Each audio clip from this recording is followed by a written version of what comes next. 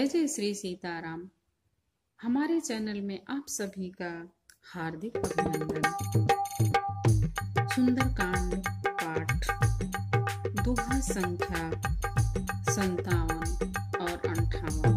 मंगल भवनय मंगलहारी, द्रवहु सुदशरथ अजिर बिहारी। सुनत सभय मन मुख मुस्काई, कहत दसानन सबहि सुनाई। भूमि पराकर गहत आकाशा, लघु तापस कर बाग बिलासा।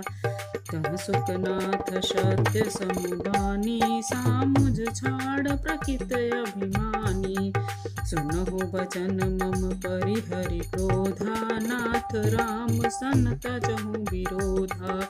अति कोमल रघुबीर स्वभाव, यद्यपि अखिल लोकहु कर राव। मिलत कृपा तुम पर प्रभु करही, उर अपराध नये कहूँ धरही। जनक सुता रघुनाथ ही दीजे, इतना कहा मोर प्रभु कीजे। जब ते ही कहा देन बैदेही, चरण प्रहार किन्न सटतेहि। नाई चरण सिर चला सुतहवा, कृपा सिंधु रघुनायक जहवा।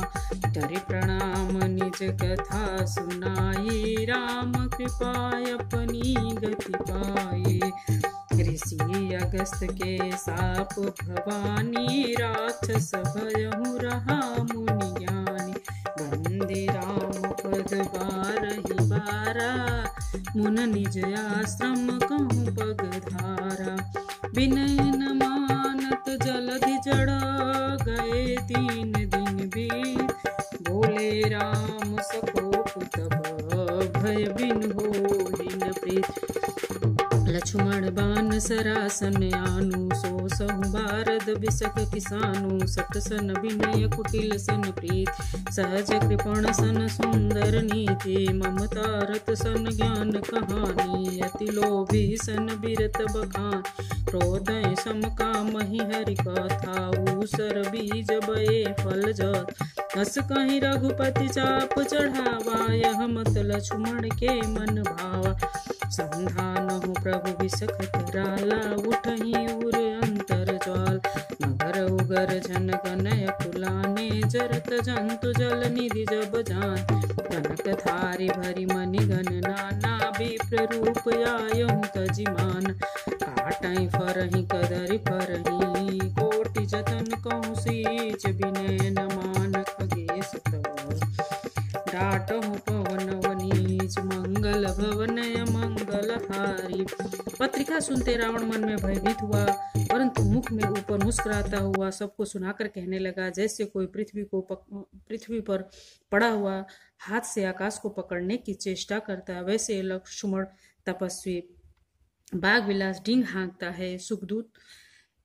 सुखदूत ने कहा कि हे नाथ, अभिमान स्वभाव छोड़ करके इस पत्र में लिखी हुई सब बातों को सत्य समझिए। क्रोध छोड़कर मेरे वचन सुनिए। हे नाथ, श्री रामचंद्र से बैर त्याग दीजिए।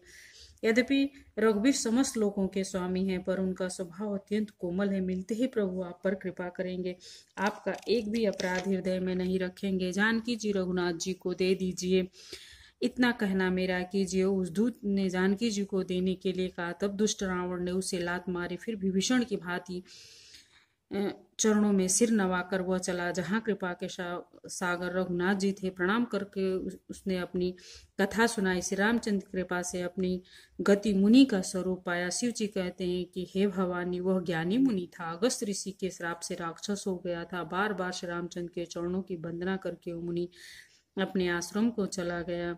इधर 3 दिन बीत गए। जड़ समुद्र विनय नहीं मानता। तब श्री रामचंद्र क्रोधित होकर के बोले, बिना भय की प्रीति नहीं होती है। हे लक्ष्मण, धनुष बाण लाओ और अग्नि बाण से मैं समुद्र को सोख डालूंगा। मूर्ख से विनय कुटिल के साथ ही प्रीति, स्वाभाविक ही कंजूस के साथ सुंदर नीति उदारता का उपदेश, ममता में फंसे हुए मनुष्य से ज्ञान की अथवा लोभी से वैराग्य का वर्णन, क्रोधी से सम शांति की बात, कामी से भगवान की कथा, इनका वैसे ही फल होता है जैसे ऊसर में बीज बोने से होता, अर्थात ऊसर में बीज बोने की भांति सब व्यर्थ जाता है।